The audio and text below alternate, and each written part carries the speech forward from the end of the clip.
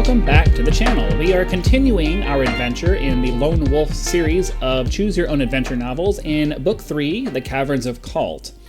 In the first video, we left Home Guard in search of the traitor wizard who had basically set off the events of everything that happened in the first two books.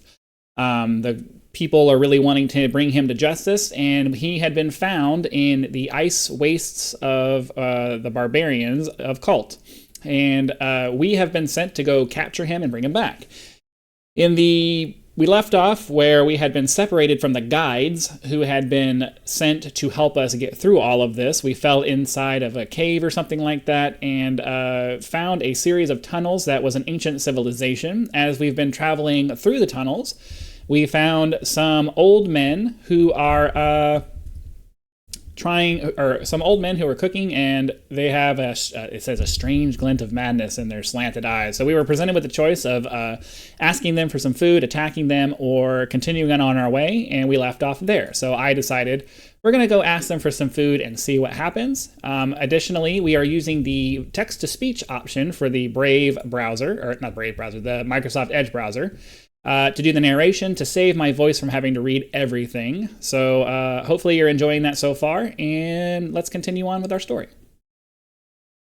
On seeing you enter, the two old men jump to their feet and flee from the chamber along a smaller passageway. Their screams of panic echo loudly throughout the caverns. You are very hungry and quickly consume the cooked animal, pausing only to spit out the bones. You then notice that the fire is burning in a strange, half-spherical metal bowl. The other half of the sphere lies on the icy floor nearby, and you find that both halves fit together perfectly. When you open it, you discover that the fire still burns inside. If you wish to keep this fire sphere, place it inside your jacket and mark it on your action chart as a special item.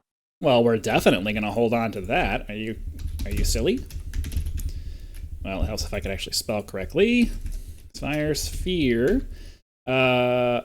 Eternal fire inside. It's just something to remember that. We can return to the tunnel now. Unless you have just eaten, you lose 3 endurance points from hunger. Point 3. You continue along the tunnel for over a mile, but you soon become tired and stop to sleep. You awake feeling refreshed, but have no idea just how long you have been sleeping. The light of these caverns never changes, be it day or night. You continue onwards, mile after mile, passing through a series of huge ice halls containing towering pillars of crystal. In one vast chamber, you are mesmerized by the beautiful sight of a shimmering crystal ceiling. But beyond this chamber lies an even greater spectacle. A narrow passage leads on to a ledge running around the brink of a huge chasm, over half a mile wide. As you edge your way around this awesome void, you try not to look down into its windswept depths, many miles below. You have been on the ledge for only a few minutes when a noise behind you makes you glance back. To your horror, you see you are being followed by a monstrous, two-headed serpent. Well, that's not good. Fortunately, we don't lose the endurance because we were able to eat, so we do have the tracking option right here, so we're going to use this. You recognize the serpent to be a Javek, a two-headed and deadly poisonous ice snake. As it slithers nearer, you can clearly see the open jaw of the second head and the yellow, curved fangs dripping with venom. It moves very quickly, and you know that you will not be able to outrun it along this narrow ledge. All right, so we do have the fire sphere, so we're going to go ahead and do that and see what happens. You remove the fire sphere from your jacket, quickly split open the two halves, and place them upon the narrow ledge behind. The Javek hisses loudly, both its heads weaving and darting at you in rage.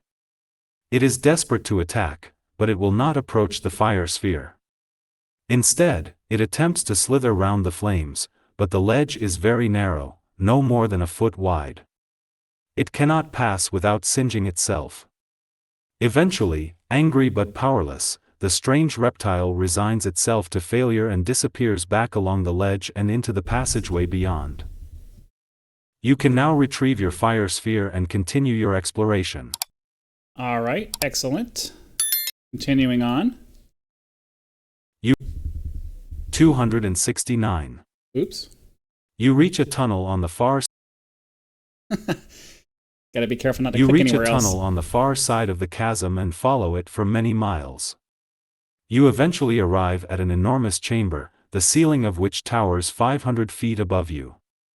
An icy wind, blowing through the many fissures that crack the ceiling, whips around the hall.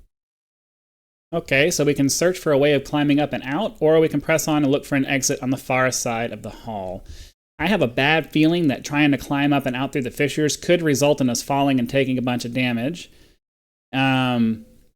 We were heading north in the first place, which continues to be the direction that we need to go, so I'm going to say we continue on and hope for the best this way, because it seems like a huge risk. We're protected from the elements here, and we're already kind of going in the right direction, so let's just keep going. You discover a low passage that opens out into a cavern full of stalagmites. There are 2 exits in the opposite ice wall, both disappear into darkness. In the snow around the entrances of both tunnels are many strange tracks. All right, well, fortunately we have tracking, so we'll get some more information. The tracks have been made by dangerous and carnivorous creatures called Bakner. We've seen those before. If you run into them in the confines of a dark and narrow tunnel, your chances of survival will be very slim indeed. Although your Kai discipline has enabled you to identify the tracks, you are unable to sense which tunnel the Bakner occupy. Oh, great. Well, you know what? I'm going to absolve myself of responsibility. 1 through 5, it's going to be to the left. 6 through 0, it's going to be to the right. That's going to be a 3, so we're going to go left.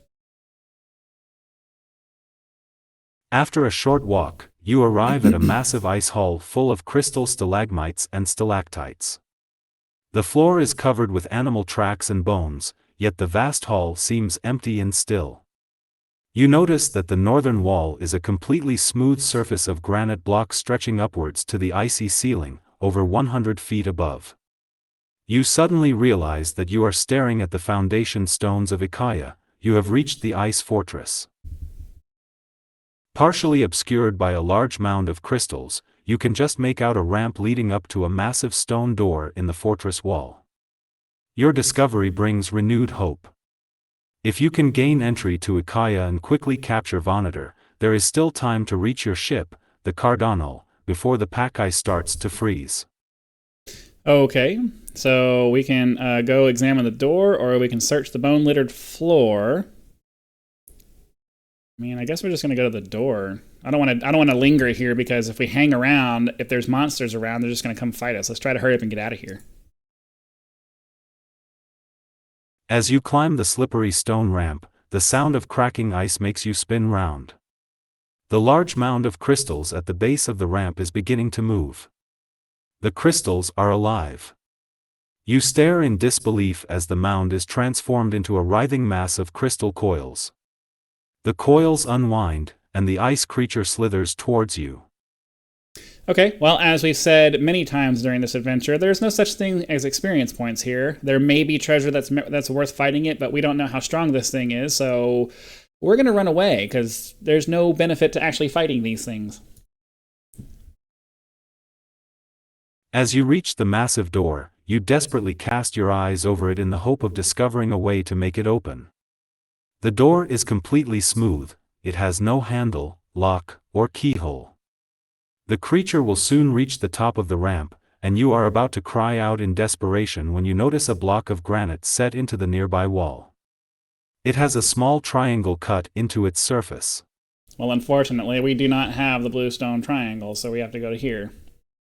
I guess we're going to fight this thing anyway.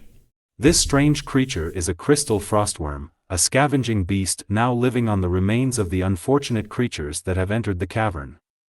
Its hard skin is almost transparent, and its internal organs can be seen pulsating inside. Ew. A large mouth opens in the crystalline head to reveal row upon row of jagged crystal teeth.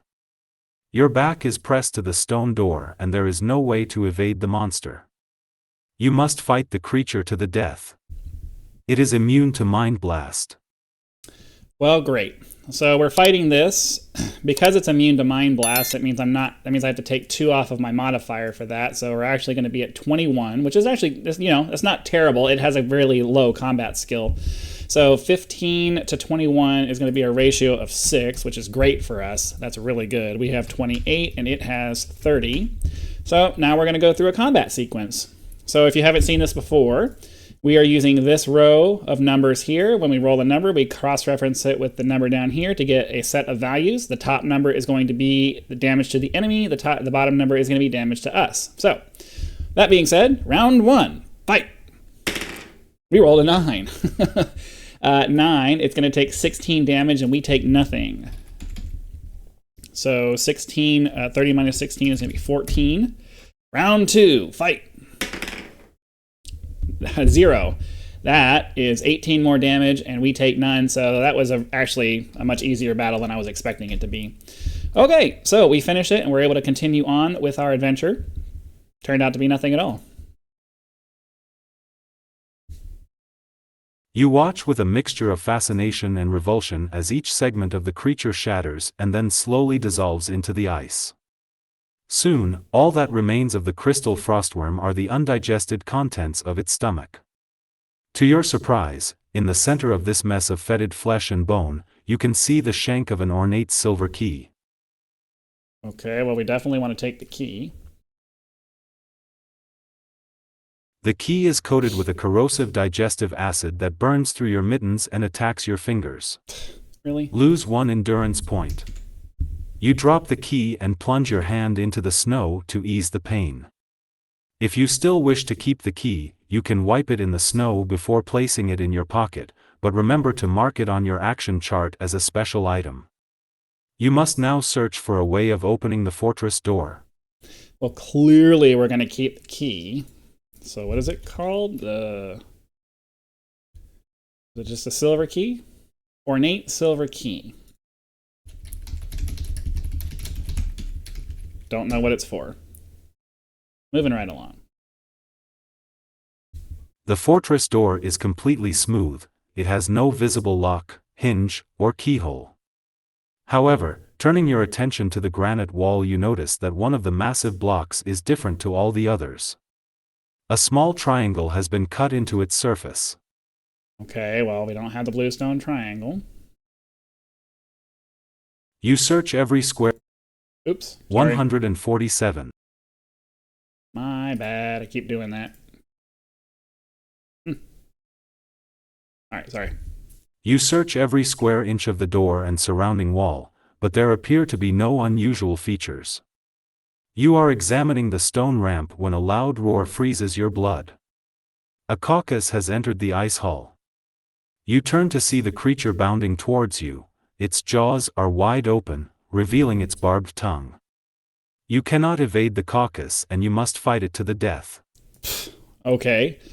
This one's going to be easier though, so ideally things will go well for us. Let's see, we had one thing that passed so we can take away the damage. So the ratio for this is going to be 23 minus 10, which is 13. So we're going to be using the 11 or higher number, which should make this battle really easy. Okay, so we are going to be using this top row up here. All right, round 1 fight. A 7. It takes 18 and we take nothing, so it is down to 10 hit points. Round 2 fight. A 1. Ugh. It takes 9 and we take 3, so it's down to 1 hit point. 25. And one more round should do it. Another 1. It takes that and we take another 3. So 22, it's dead. That was easy. But unfortunately, this says if you lose any endurance points, we have to turn immediately to 66. Oh, are you serious? The barb of a caucus's tongue holds a powerful venom, with which it paralyzes its victims before devouring them. The venom takes only a few seconds to act. Stung by the barb, you quickly fade into unconsciousness. It is a sleep from which there will be no awakening. Your life and your mission end here. Okay, well, as usual, death has to have some kind of consequence, so we are going to take half damage to come back. Not going to waste our time not going to waste our time going back through the story again, so we have to have some kind of mitigation for that. So we're going to start at half-life. We're going to lose a weapon. And we should probably lose half our gold too, huh? There's got to be something. We got to have something that happens to us. So I don't want to get rid of any special items because you never know what you might need for that, but we'll hold on to that. And that's not a magic spear. That's a ticket to Port Max. Red pass. Okay. So obviously we're going to assume that we went through it, and if with enough iterations we would get through the combat without getting hit. So we'll take the penalty here, go back and assume that we got through it. You notice that the caucus has a blue triangle of stone on a chain around its neck. Suddenly you realize the significance of this strange amulet. Grabbing the blue stone, you race back to the fortress door and press it into the wall recess. It is a perfect fit. You may record this special item as a blue stone triangle which you wear around your neck. You become aware of a faint tremor running through the ledge on which you are standing, followed by the grinding noise of stone upon stone. The door opens, but it has only opened 3 feet when there is a loud crack, and it starts to close. Without a second's hesitation, you dive into the fortress and hear the massive door crash shut behind you. All right. The corridor in which you now stand is far warmer than the icy cavern outside. For the first time in many days, you can lower the hood of your cloak and remove your mittens without risking frostbite. You notice that the stone passage ascends to a landing where another passage branches off to the east. Mlair bowls hang at regular intervals along the arched ceiling, their unnatural light illuminating the carved walls. As you approach the landing, you notice an archway leading into a small room beyond. A strange sight meets your eyes. Ragged furs, pottery shards, and the debris of hundreds of years seem to have been thrown into this chamber. A large lever protrudes from the wall beside the archway. Okay, so we can investigate the contents of this room, pull the lever, or explore eastwards along the passage. I have a bad feeling that there's going to be something dangerous hidden in here, and if we pull the lever, we're going to attract attention to ourselves. So we are going to be sneaky and try to continue eastwards. You soon reach the bottom of a flight of broad stone steps that ascends northwards to a landing, 30 feet above. The center of each step has been worn smooth by the feet of the countless creatures that once inhabited the lower levels of cold Ikaya. As you climb, you wonder how long you will remain undetected. So far you have neither seen nor heard any other living soul in these deserted passages. You have the element of surprise on your side. You now pray that Vonator is unprepared for an intruder from the depths of his own fortress. You reach the landing and pass through an empty hall, towards a darkened archway beyond. Here, the passage splits and branches off towards the east and west. You are hungry and must now eat a meal or lose 3 endurance points. Which is mitigated by our hunting. So I need to get back into the habit of healing ourselves. So that's 1, 2, 3. That's 3 so far, so we're down to 11 damage. We can go east or west. I would imagine we went east to come here, right? Eastwards along the passage. Let's just keep going east. You walk along the passage for several minutes until it takes a left turn. To your dismay, you see that a huge fissure has opened, destroying most of the walls and floor of this new passage. The gaping hole is dark and wide. Well, clearly, we don't have a rope, so we're going to have to go back.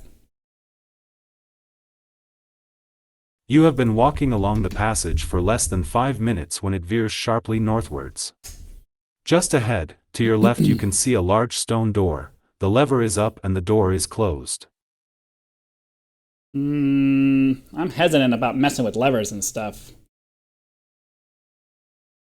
We'll come back here if we have to, but I'm hoping that we're going to be able to just continue on. I mean, northwards has generally been the direction that we're trying to go, so we'll go north. You notice that the ceiling and walls of the corridor are covered with strange carvings. They seem to depict small cyclones or tornadoes, gradually changing shape into almost human form.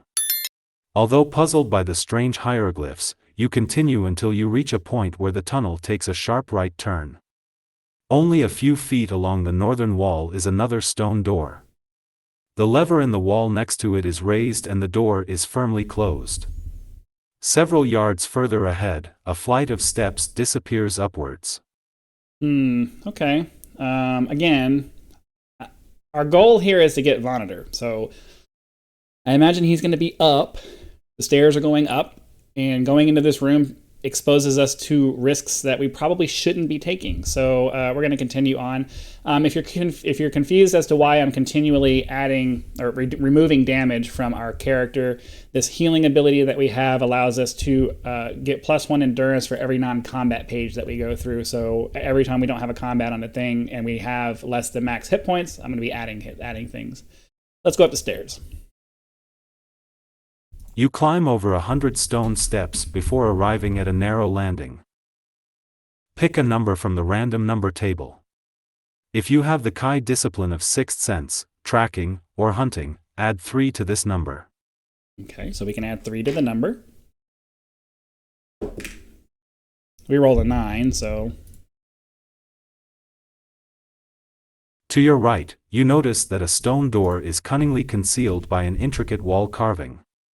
A close examination of the carving reveals a lever. If you followed the history of this series so far, you know that unnecessary exposure to things results in dying, like we saw earlier. I don't think I want to pull the lever. You continue upwards until you reach a narrow stone door. Like the other doors you have seen so far, it is controlled by a wall lever. This door also has a small spy hole cut into its center. Carefully placing your eye to the aperture, you peer into the small room beyond. There, lying on the floor of the cell, are 3 sleeping doom wolves. In the north wall, a cell door is open, and the outline of an ice barbarian's back can be seen filling the archway. Okay, so we can use our Kai discipline of Hunting, which we do have. We can open the door and attack the doom wolves, or back away from the cell door and descend the stairs. I don't think we want to descend the stairs. We're trying to go up. So we're going to take a chance and use this Hunting option. You sense that the doom wolves are sleeping deeply. There is a chance that you can slip past them, overpower the ice barbarian guard, and close the cell door before they awake. However, you know that this is very risky and the odds are against you. I think we've reached an impasse here. We're going to have to suck it up, and we're going to have to suck it up.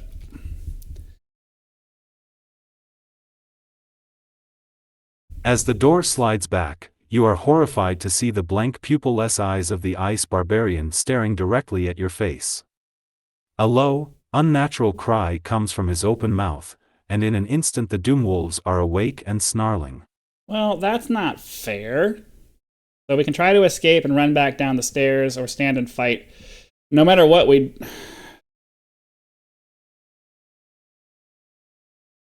stand and fight, I guess.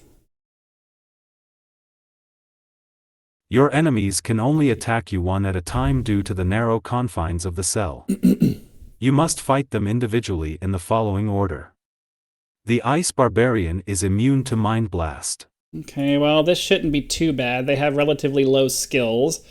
So, 15 to 23 is what, 8? So this shouldn't be too bad. We have 24, and it has 24. So let's roll this. Let's do this battle real fast. So that's a 5, 8, 2, 5, 11, and 2. So it is down to, 13? And we are down to 22. Round 2, a 1, 7, and 4. So it is down to 13, 12, 11, 10, 9, 8, 7, 6, 6.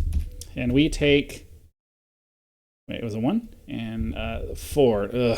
18. That's not going to go well if we keep rolling low. 6, that's better. going to be 11. So it dies and we lose 1 hit point. So 17. So we'll move this 17 up here. Delete that. Delete that. The next one, we have an even better ratio, so that's 9. It has 23, so we're going to be using this one up here. Let's go ahead and roll. 3. It takes 10 and we take 2, or it's going to slowly whittle us down like this. Come on, we need to roll high. Oop, drop my die.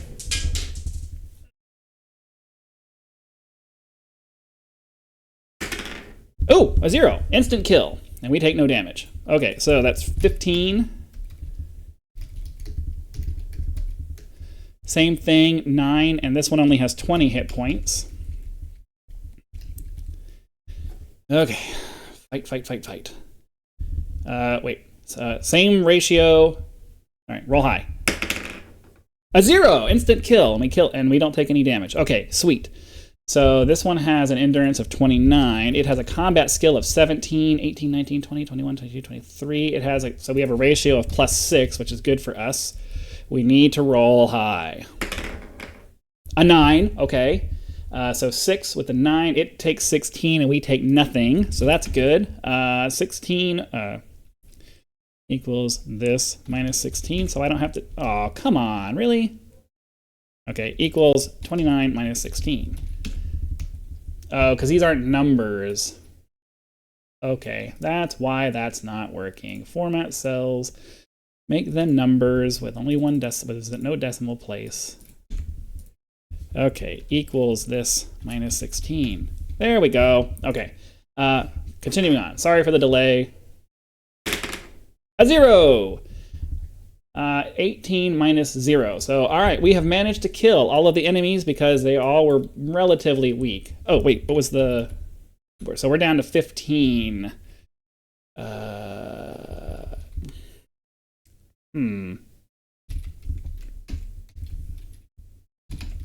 there we go. All right, well, we fended off the enemies. That's good. Wiping your blood-spattered face, you stagger out of the cell into the wide corridor beyond. In the distance you can see a junction. If you wish to search the ice barbarian's body, you must drag it into the light of the corridor and turn to 210. All right, so we can search the barbarian, or we can continue with our mission as quickly as possible. We might as well. We fought these guys. We might as well get something out of it. A tooth-encrusted bone sword lies at the barbarian's side. You may take this weapon if you wish. You search his body and also discover a gold bracelet on his left wrist. All right, we don't have the sixth sense thing. We can take the gold bracket and put it on our wrist, or we don't have to take the bracelet. Metagaming, we would know that this is probably going to have some kind of curse or something stupid on it, but we have no reason to suggest that we shouldn't take it. So let's go ahead and take it because it might be a useful item. From a defeated barbarian. What? Oh, sorry, wrong button. As the gold bracelet snaps shut around your wrist, a terrible pain shoots through your head. You are being attacked by a powerful mind force that is trying to drain your will. So we do have the mind shield ability right here, so we'll do this. You close your eyes and concentrate on blocking out the attacking mind force. You gradually control the pain, just enough to be able to tear the bracelet from your wrist and hurl it to the floor.